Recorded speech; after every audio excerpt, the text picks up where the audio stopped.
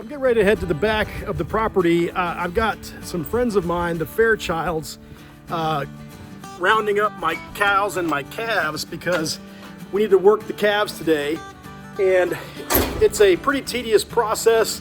I didn't want to get in the back and stir up the cows, so I let them go and get them in the corral. But I'm getting ready to go out there and meet them and see how they're doing. They say they've got the cows in the corral with the calves, and we're going to show you how to work calves. So let's go take a look. The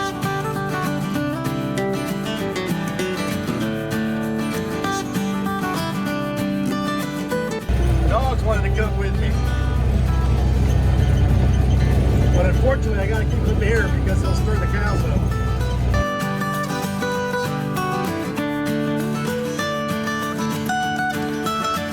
As I headed to meet up with the Fairchilds, I noticed how everything had greened up since the last time I drove to the back of the property.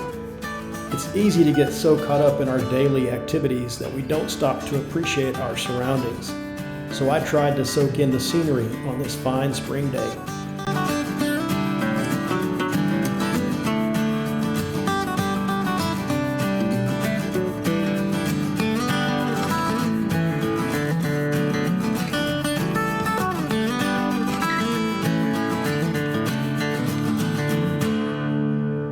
How you doing, Hoot? I'm Mike Perez. Good to see you. Yeah, good to meet you, sir. Well, I appreciate you. All you Fairchilds do a great job, and I appreciate the help. Got some beautiful cows. Oh, thank you. They sure are. After saying hi to Hoot and Ace, I waited outside the corral with Jackie and Jake Fairchild.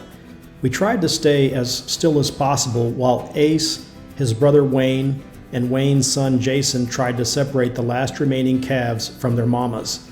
It's important when working cows and calves to stay calm and minimize visibility and movement in their line of sight, because cows are herd animals, and if one cow gets spooked and stops in its tracks, the others will stop as well. Now that the calves had been separated from the cows, it was time to work them. Working calves can mean different things to different people, but for me it means giving my calves shots to prevent disease, notching and tagging their ears for ease of identification, and castrating the bull calves so they can't reproduce, thereby converting them to steer calves. What size do you normally like to work calves? We work them from babies to Really? So ready for the auction? Yeah, we don't like to work them that big, but we do. Okay. So we're giving them a blackleg vaccination today, which is a disease that you don't want to have to ever deal with. So it's always good to get your calves vaccinated, because if they get blackleg, what happens? And they spread it, right, to one to the other.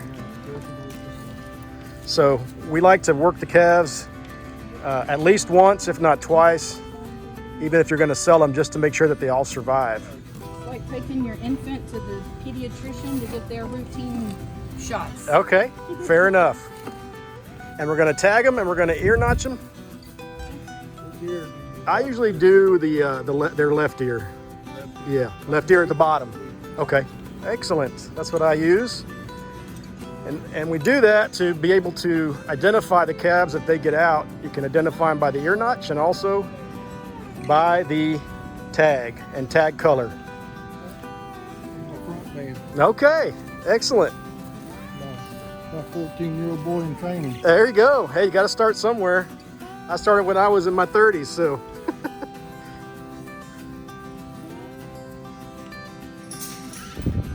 At this point, Wain, Jason, and Jake got into the U-shaped chute area to start pushing the calves to the other side where the gate was closed. The goal is to push the calves into a tight spot where they can't wiggle or turn around. Then, one by one, each calf can be grabbed by the head and the tail and ear-notched, tagged, vaccinated, and, if necessary, castrated.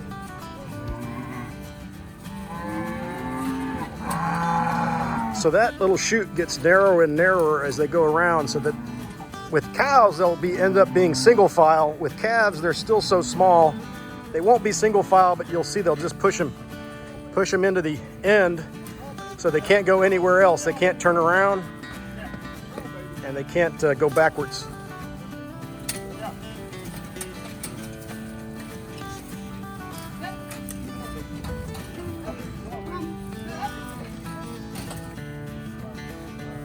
To castrate bull calves, many ranchers cut the scrotum and physically remove the testicles.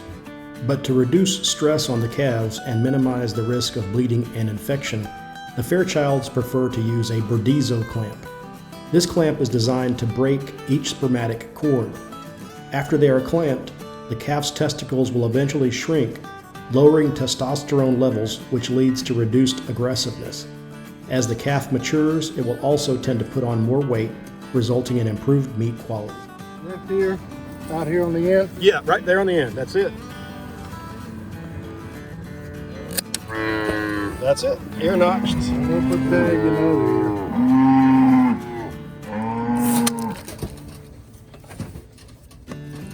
I'm gonna get on top of this platform. Give them a shot. Yeah. Then they'll let them go backwards and get beyond them, and they'll keep moving forward.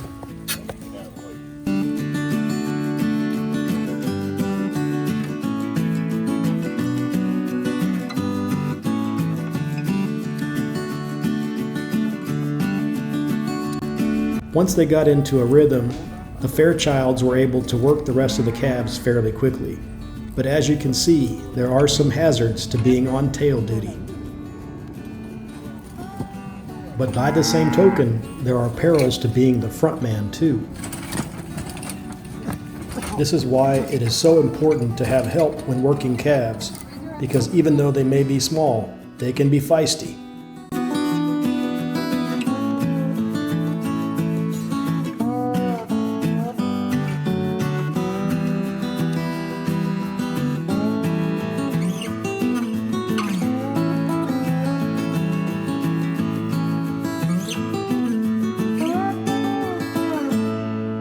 While Wain, Jason, and Jake definitely had their work cut out for them, they couldn't have done it without assistance from Ace and Jackie. All in all, they were a well-oiled machine.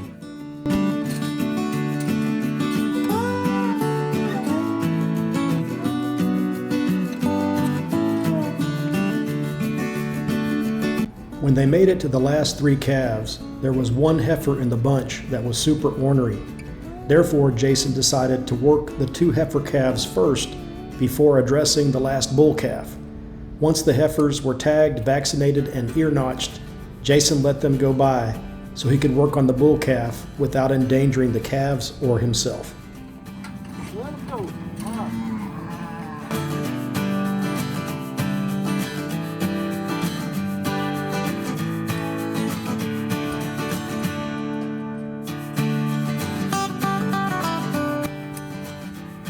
That's the last of them right there. Awesome. Great job. After a quick dusting with fly prevention powder, the calves and cows were reunited once again. Back to their mamas. So how many years of cattle experience do you have out here right now? A lot. There's actually 4 generations out here right now. That's great. Grandpa, or it's his great grandpa out in the truck, and then Wayne, and then Jason, and then Jake. And Jake, are you going to continue the tradition, it looks like? My dad wants me to. I probably will. You may not have a choice. It takes a village. Yes, definitely one person's job. Great job, y'all. That was awesome. That was quick. When you have the right people and the right tools and the knowledge. Yes, sir. So there you have it. We got the calves worked today, which is great. I don't have to worry about that anymore. They were getting bigger, and as you can see, when they get bigger, it's a little more difficult to get them wrangled, not only in the corral, but also to work them. So I'm glad that I had the help of the Fairchilds, Jason and his family today, to help me get all of those calves properly vaccinated, ear tagged, and ready for the summer. So with that said, appreciate y'all watching. I hope that if you like this video, you'll give a thumbs up and consider subscribing to my YouTube channel at Rancher Mike. And until next time, take care. If you enjoyed this video, please give a thumbs up below. You can also check out one of my other videos here and stay up to date by subscribing to my YouTube channel right here. Until next time, I'll see you on the ranch.